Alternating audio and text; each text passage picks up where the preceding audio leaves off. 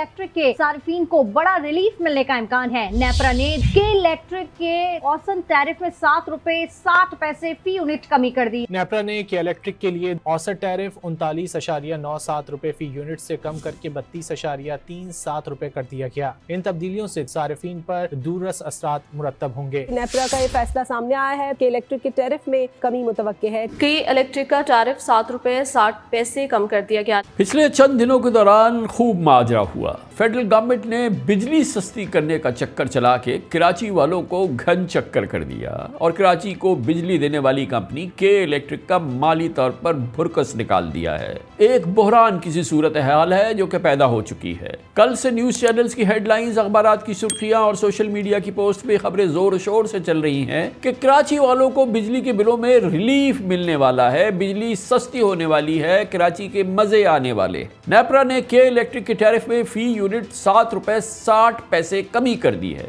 यानी कराची वालों के लिए बिजली का बुनियादी यूनिट ₹39.97 से कम करके ₹32.37 कर दिया गया है। यानी कि कराची वालों के वारे न्यारे कर दिए हैं वफाकी हुकूमत ने। मगर अंधेर नगरी चौपट राज की मिसाल ये है कि बिजली सस्ती होने से कराची वालों को कोई रिलीफ नहीं मिलेगा। ये सारी बातें ही बातें हैं। कराची के किसी शहरी के लिए बिजली सस्ती नहीं हुई, बल्कि ये फ़ायदा वफाकी हुकूमत ने अपने लिए जन्म दिया है और फ़ायदा वफाकी हुकूमत को होगा और के इलेक्ट्रिक को दी जाने वाली सब्सिडी में से ये रकम काटी जाएगी। खबरों के मुताबिक इस हुकूमती फैसले से के इलेक्ट्रिक को सालाना 100 अरब रुपए का नुकसान होगा और इतना बड़ा खसारा शायद के इलेक्ट्रिक बर्दाश्त नहीं कर सकेगी। यानी के इलेक्ट्रिक का माली भुरकस निकाल दिया है। के इलेक्ट्रिक के साथ खिलवाड़ सिर्फ इस हद तक नहीं हुआ, बल्कि 2 हफ्ते पहले सऊदी प्रिंस मंसूर बिन मोहम्मद अल सऊद को के इलेक्ट्रिक के शेयर्स की फरोख्त का मामला भी शदीद तनाज़े का शिकार हो गया। ये मामला, ये MOU, ये सिग्नेचर, ये एक बहुत बड़ी मीडिया खबर थी 2 हफ्ते पहले, मगर पता चला खोदा पहाड़ निकला चूहा वाली सूरत हाल है। क्योंकि के इलेक्ट्रिक के मेजॉरिटी शेयर होल्डर्स या मिल्कियती कंपनी अल जुमाया पावर लिमिटेड का कहना है कि उन्हें के इलेक्ट्रिक के शेयर्स की फरोख्त से मुतालिक किसी भी सौदे की कोई इत्तला नहीं मिली। जिस शख्सियत ने MOU पर साइन किए वो के इलेक्ट्रिक के शेयर्स फरोख्त करने का मजाज ही नहीं था। अल जुमाया का पाकिस्तान स्टॉक एक्सचेंज के नाम खत में उसने लिखा है कि ये पूरा मामला शायद फोटो अपॉर्चुनिटी या सिर्फ एक तशहीरी हरबा था ताकि पाकिस्तान में पब्लिक ओपिनियन को मुतासिर किया जाए और खबरों में जगह बनाई जा सके। गोया हम कह सकते हैं कि नवंबर 2005 में प्राइवेटाइज होने वाली कराची इलेक्ट्रिक सप्लाई कॉर्पोरेशन के मसाइल 20 साल के बाद भी हल नहीं हो सके, प्राइवेटाइजेशन भी कंप्लीट नहीं हो सकी और वो पूरा का पूरा मामला, ये प्राइवेटाइजेशन का मामला एक गड़बड़ घोटाला बन चुका है। 20 साल गुजर गए। केई के 5 बड़े मामला थे जिसकी वजह से केई के मामला सॉल्व ही नहीं हो रहे थे और इन 3 माह में हमने बेतहाशा मेहनत करके 4 मसले तो ऑलमोस्ट हल हो चुके हैं। एक इशू है जो उनका एक इंक्रीमेंटल टैरिफ का है, उसके ऊपर काम हो रहा है, मीटिंग्स हो रही हैं, इंशाल्लाह वो भी हल हो जाएगा अगले 1 आध माह में। तो केई के मामला इंशाल्लाह हल हो जाएंगे। मेरा ख्याल ये है कि इन मामला के हल होने के बाद KE will be ready for resale to any investor who wants to buy it. Karachi में बिजली के कंज्यूमर्स के साथ खुला मजाक, के इलेक्ट्रिक को बदहाली का रास्ता दिखाने और सऊदी इन्वेस्टर प्रिंस मंसूर बिन मोहम्मद अल सऊद को के इलेक्ट्रिक के शेयर्स की फ़रोख्त के लिए मुबैना तौर पे मुतनाज़े MOU तकरीब का पूरा अहवाल आज ऑन माई रेडार में हमारे इस प्रोग्राम का हिस्सा है और मैं आपके साथ शेयर कर रहा हूँ। इस वीडियो को एंड तक देखिएगा, आपको इस पूरे तनाज़े को बहुत आसानी से समझने में आसानी होगी और ये बहुत ही दिलचस्प मामला है। मामला कुछ यूँ है कि हालिया दिनों नेपरा ने जुलाई 2025 में के इलेक्ट्रिक के लिए बिजली के टैरिफ से मुतालिक अपने फैसले में अचानक तब्दीली कर दी।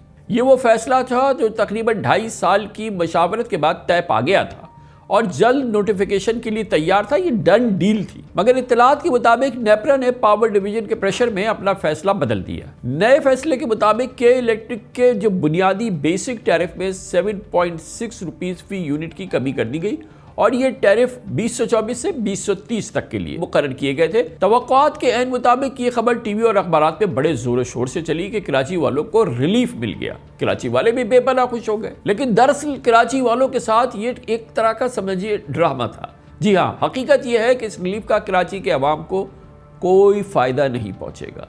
नेपरा का नया टैरिफ कंज्यूमर्स के बिजली के बिलों पर लागू ही नहीं होगा, बिजली के बिल का इससे कोई ताल्लुक ही नहीं होगा। یعنی کراچی والوں کے بلز میں 1 پیسہ بھی کم نہیں ہوگا۔ کراچی والوں کو دکھایا کچھ اور گیا ہے، پیش کچھ اور کیا گیا ہے۔ الٹا نیپرا نے فیول کاسٹ ریفرنس تبدیل کر دیا، جس کے نتیجے میں کے الیکٹرک کو تقریباً 28 بلین روپیز اضافی فیول ایڈجسٹمنٹ کے نام پر وصول کرنے کی اجازت ملی ہے۔ یوں ریلیف کے بجائے کنزیومر پر مزید بوجھ پڑ جائے گا۔ اب سوال یہ پیدا ہوتا ہے کہ بجلی کی قیمت میں کمی کے فیصلے کا بینیفیشری کون ہے، کس کے مزے آ گئے؟ تو اس سوال کا جواب یہ ہے کہ 7.6 روپیز فی یونٹ کی کمی کا فائدہ کراچی کے عوام کو نہیں بلکہ فیڈرل گورنمنٹ کو ہوگا۔ یہ کمی دراصل وفاقی حکومت کی طرف سے دی جانے والی سبسڈی میں کمی کی صورت میں سامنے آئے گی تاکہ حکومت کے ایکسپینسز کم ہوں۔ آئی ایم ایف کے پریشر میں حکومت کا ٹارگٹ تھا کہ سبسڈی کم کی جائے اور یہ فیصلہ اسی مقصد کے لیے کیا گیا۔ نتیجہ یہ نکلا کہ حکومت کو اربوں روپے کی بچت تو ہو گئی، 100 ارب روپے کی بچت تو ہو گئی، لیکن عوام کو کچھ نہیں ملا اور کے الیکٹرک پر مالی بوجھ میں بے پناہ اضافہ ہو گیا اور یہ فائنینشلی اب شاید وائبل ہی نہیں رہی ہے۔ حکومت پاکستان منسٹری آف فائنانس کے ذریعے پچھلے سال 175 ارب روپے کراچی الیکٹرک کو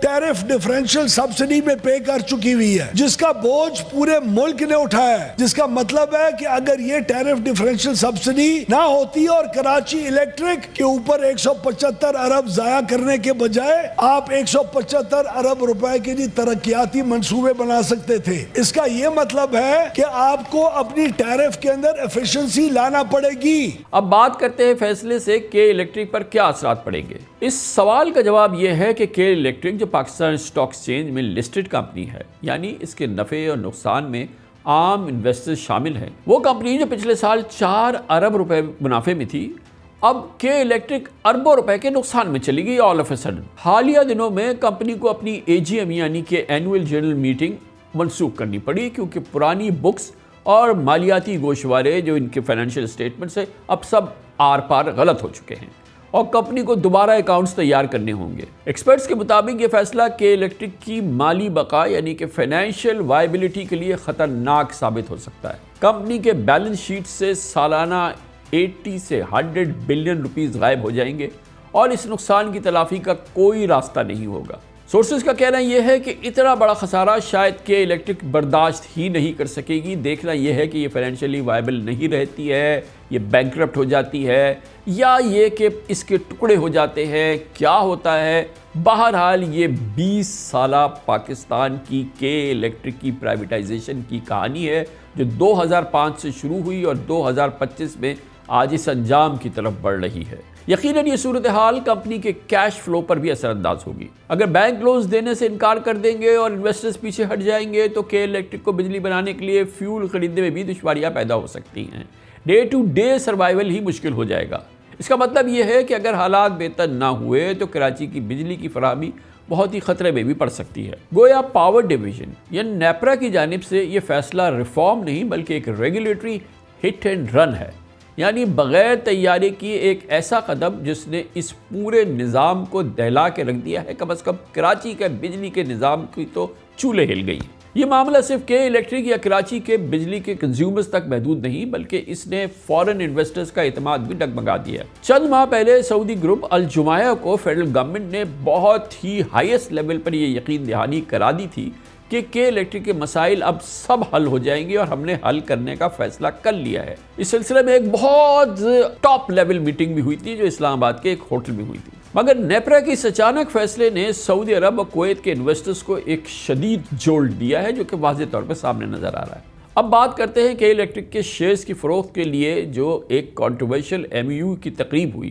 2 ہفتے پہلے ایک ایسا سٹیج بنا جس کے بعد یہ خبریں سامنے آئی تھیں کہ الیکٹرک کے سارے معاملات اور مسائل حل ہو گئے، زبردست فورن انویسٹر آ گئے اور نئی سعودی انویسٹمنٹ آ گئی اور سعودی پرنس منصور بن محمد السعود نے ایک ایم او یو پر دستخط کیے جس کے بعد وہ کے الیکٹرک کے 53.8 یعنی میجورٹی شیئرز کے مالک بن جائیں گے۔ لیکن اس ڈیولپمنٹ کے فوراً بعد الجمایہ جو کے ای ایس پاور کے ذریعے کے الیکٹرک کی میجورٹی شیئر ہولڈر ہے، اس نے پاکستان اسٹاک ایکسچینج کو ایک خط بھیجا اور یہ خط ہے جو کہ تمام تنازع کو اس نے ابھارا اور جو بات سامنے آئی کہ حقیقت کیا ہے۔ اس خط میں الجمایہ یعنی کہ کے ای ایس پاور نے اس پیش رفت کو غلط بتایا اور اس تقریب کو اور اس ایم او یو کو اور اس سگنیچرز کو ایک بے بنیاد قرار دیا۔ اپنے خط میں الجمایہ نے کہا کہ کے الیکٹرک کے شیئرز کی فروخت سے متعلق किसी भी डील की कोई इत्तला नहीं, और ना ही KESP के बोर्ड को ये बताया गया, ना ही किसी शेयर होल्डर को इस बारे में कोई इत्तला दी गई है। कंपनी के मुताबिक जिन साहब ने, यानी वो शख्सियत जिन्होंने सऊदी प्रिंस के साथ MOU पर साइन किए, वो KESP के शेयर्स के मालिक ना हैं और ना ही शेयर फरोख्त करने के मजाज थे। अल-जवाया ने यह भी बताया कि KESP और एक शेयर होल्डर कंपनी के कंट्रोल पर केमन आइलैंड्स की अदालत में केस भी चल रहा है और ये सब जुडिस मैटर है जिसका फैसला होना बाकी है।